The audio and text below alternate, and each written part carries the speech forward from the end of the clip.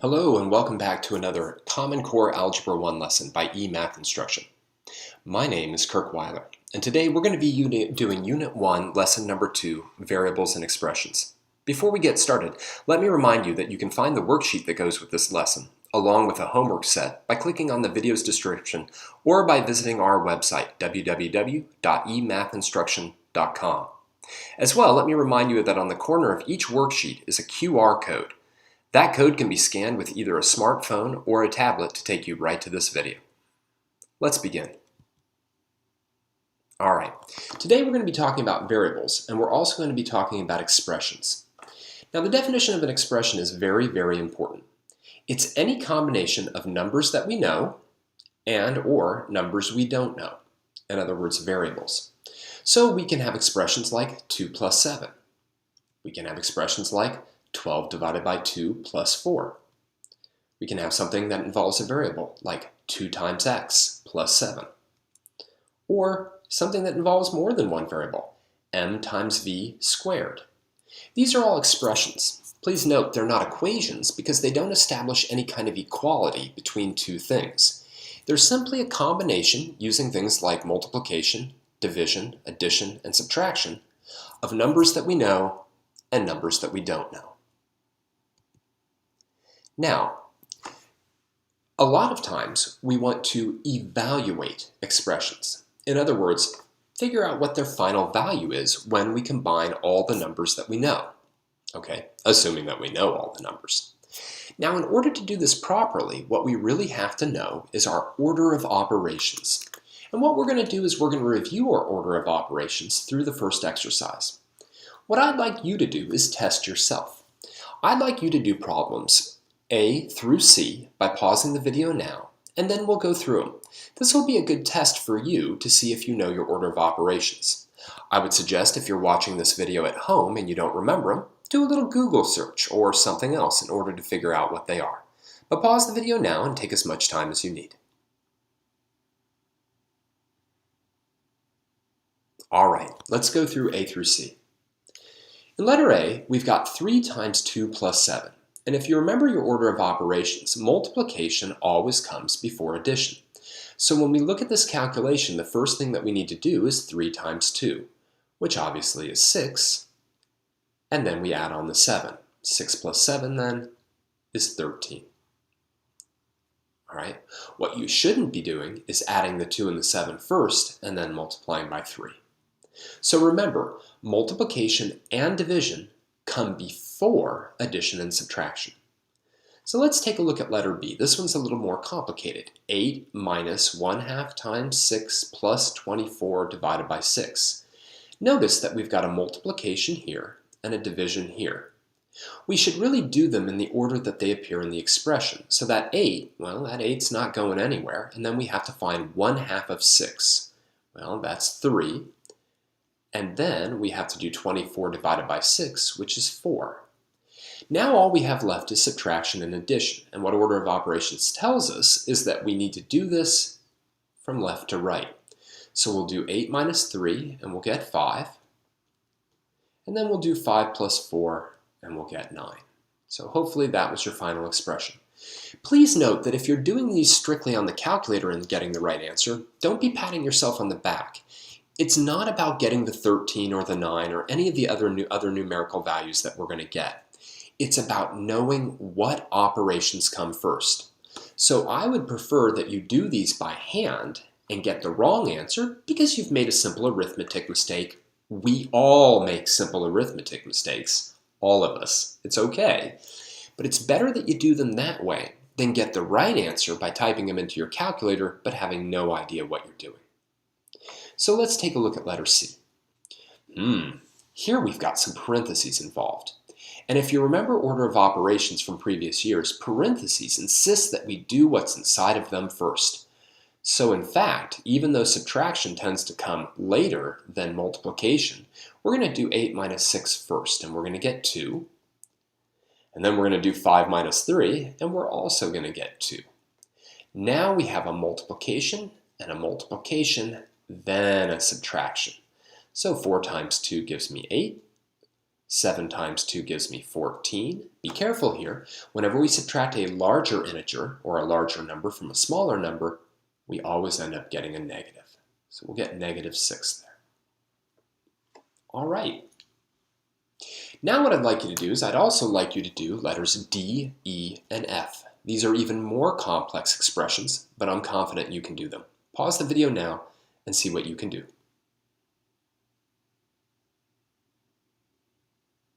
All right, let's go through them. Again, remember, don't use that calculator unless it is to check something. So letter D, look at this. This is complicated, right? First, that overall fraction bar is division, right? Hopefully everybody remembers that fraction bars represent division. All right, but we also have exponents. And in our order of operations, which is often given by the acronym PEMDAS. Whoops, I can't seem to write. Sometimes people remember it as please excuse my dear Aunt Sally. Parentheses come first, exponents become second, multiplication, division, tie, addition, subtraction come last. So in fact, we have to do these exponents first. 5 squared means 5 times 5, which is 25. 4 squared is 4 times 4, which is 16, then plus 3. And 1 minus 5, watch out, again it's a negative, is -4. Now what do we do next? Well, this large division bar actually acts as what's called an implied parentheses, meaning that we really have to evaluate the numerator first.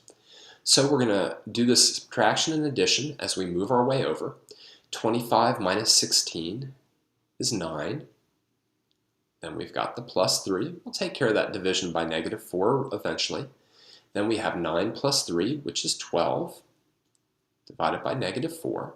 And remember, a positive divided by a negative always gives us a negative. So 12 divided by -4 is -3. How's that? Let's tackle letter E. Here we've got some parentheses. Remember, they come first. So 2 minus 7, that's -5. I'm just going to keep it in parentheses so that I know I can multiply. 5 minus 3, that's +2, plus 3 squared. All right, now our order of operations says that we've got to do the 3 times 3, which gives me 9, right? Exponents first. Then we're going to do the multiplication. Negative times positive is a negative. -5 times 2 is -10, plus 9. And if I have 10 negatives and 9 positives, a bunch of those are going to cancel out, and they're going to leave me with -1. I'm trying to review some basic number facts as we go through this exercise as well. Oh, last one. Man, does this look ugly. Look what we have. In the numerator, we've got this division and this multiplication. In the denominator, we've got the exponents. We can actually work the numerator and the denominator very separate. So we can do -16 divided by 2, which is -8. We can do 5 times 2, which is +10. And then we can do 2 times 2 times 2, right? This is 2 times 2 times 2.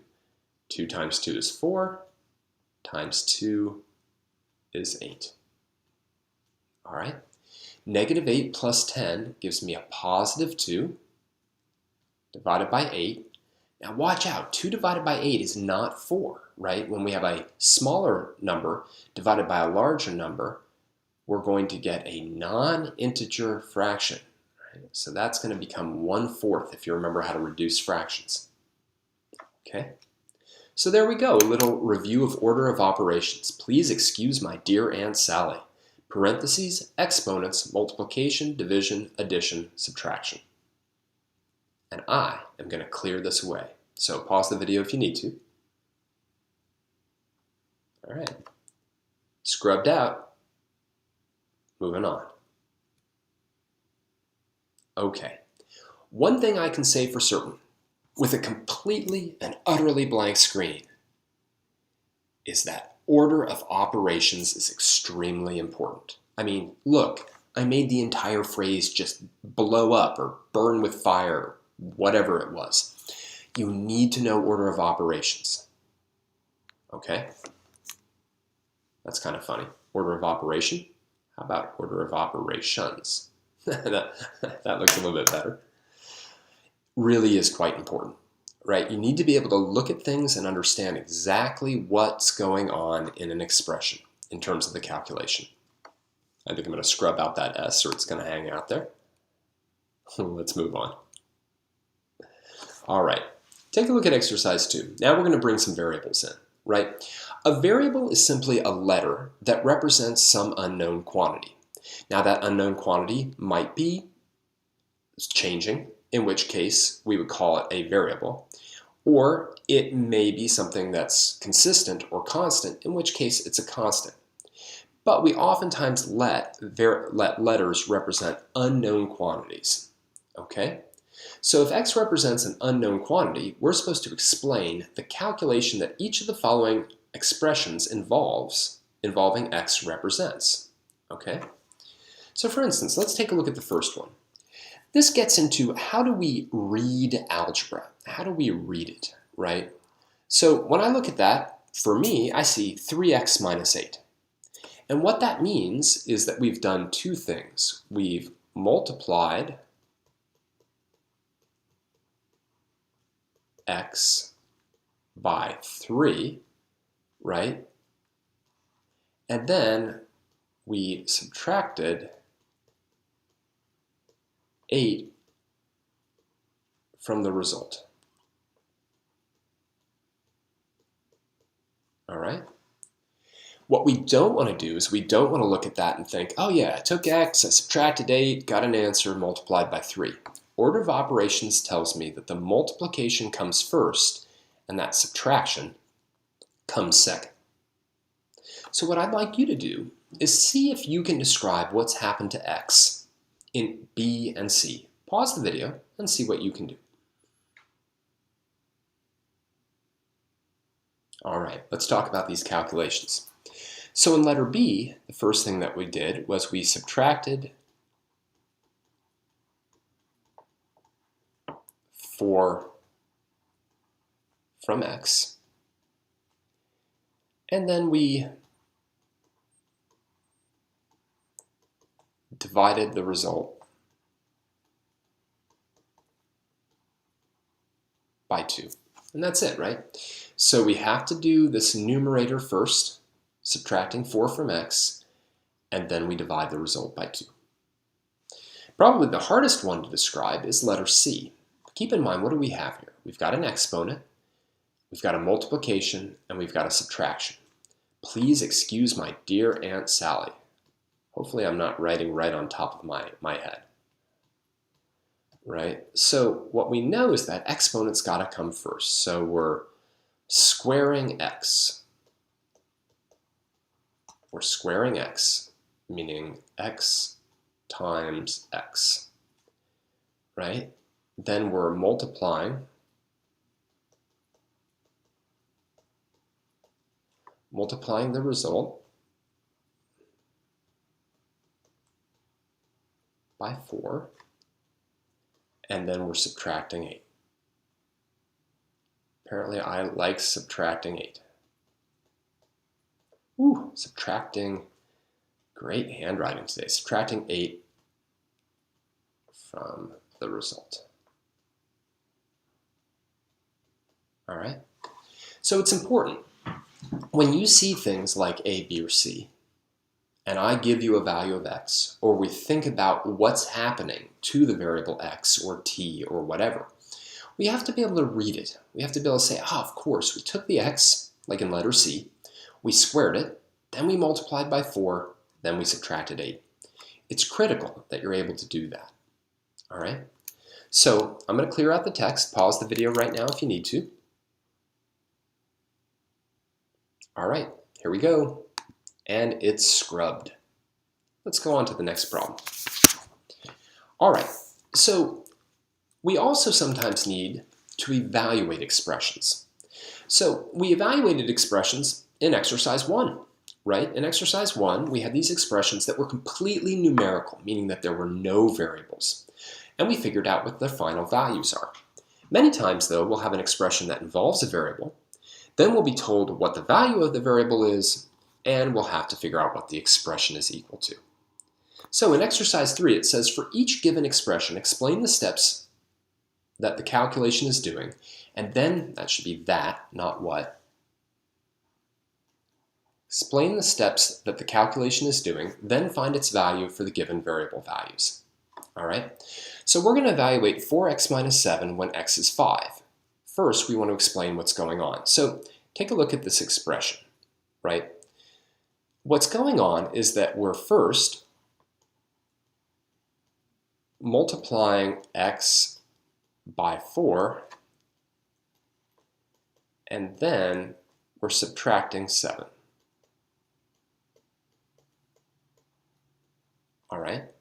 Now, often when people show that, especially for an input value like 5, they'll put that in parentheses. Notice how I'm putting a parentheses around that, right? So we can then look at this and go, okay, 4 times 5 is 20. And then 20 minus 7 is 13. So 13 is the value of this expression when x is equal to 5.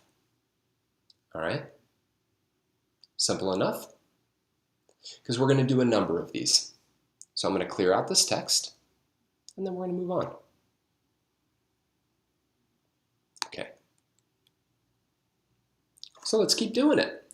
We've just got a bunch of these things. So for each given expression, we're going to explain the steps that the calculation is doing, and then we're going to find the value for the given variable values.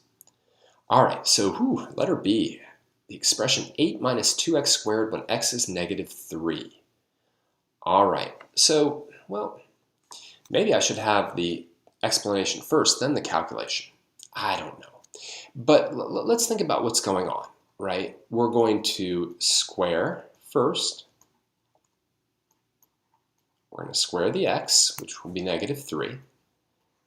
Then we're going to multiply by 2, right? We're going to square the x, then we're going to multiply by 2. And then we're going to subtract from 8. Let's take a look at that. That'll be 8 minus 2 times negative 3 squared. So the first thing I'm going to do is square that negative 3. Remember, a negative times a negative is a positive, so negative 3 times negative 3 is positive 9. Now we have to do that multiplication. 2 times 9 is 18. And now we'll do 8 minus 18, which is negative 10. Again, try to do as many of these calculations as you can without your calculator.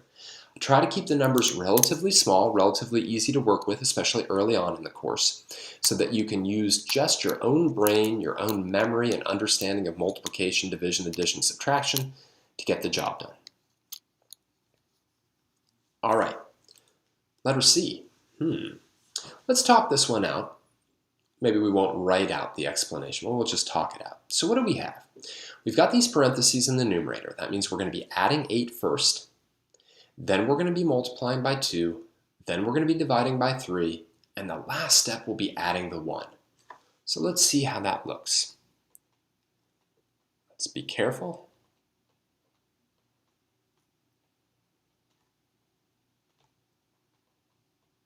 Put in that negative 2 for x.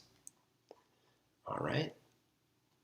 My next step, negative 2 plus 8, evaluate what's in parentheses. That'll be positive 6. I can put an equals between here. Now we'll do this multiplication. 2 times 6 is positive 12, divided by 3 plus 1. 12 divided by 3 is 4, plus 1, and finally that lonely addition gets to happen. So that expression is equal to 5 when x is equal to negative 2. Okay? Again, I'm going to scrub out the text, so pause the video. Take as much time as you need to think about what we just did and to write down anything you may have missed. Okay, here we go. Scrubbed. Let's go on to the next page. All right, one final problem, little multiple choice practice.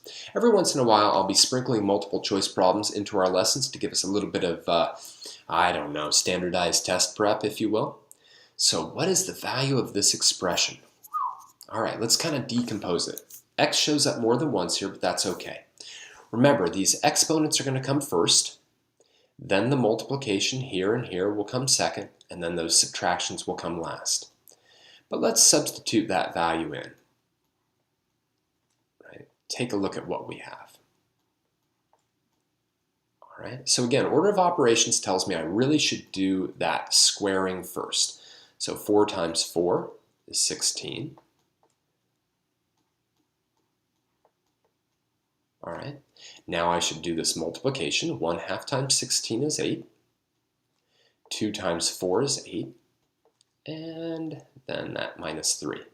Finally, I should work the subtraction from left to right. 8 minus 8 is 0, minus 3, and 0 minus 3 is negative 3. So, choice 1, right? On our little Scantron, we would be bubbling it in. Right? Make sure to get a good bubble. Gotta always get a good bubble. All right, so that's it. Pause the video now if you need to write any of that down.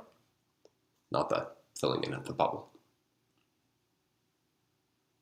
All right, let's scrub out the text. It's gone. Let's wrap up this lesson. All right, so today we talked about variables and we talked about expressions. We talked about a lot about order of operations. Make sure you know those. It's really, really fundamentally important that you've got your order of operations down. So, until next time, let me just say thank you for joining me for another Common Core Algebra 1 lesson by eMath Instruction. My name is Kirk Weiler, and until the next lesson, remember to keep thinking and keep solving problems.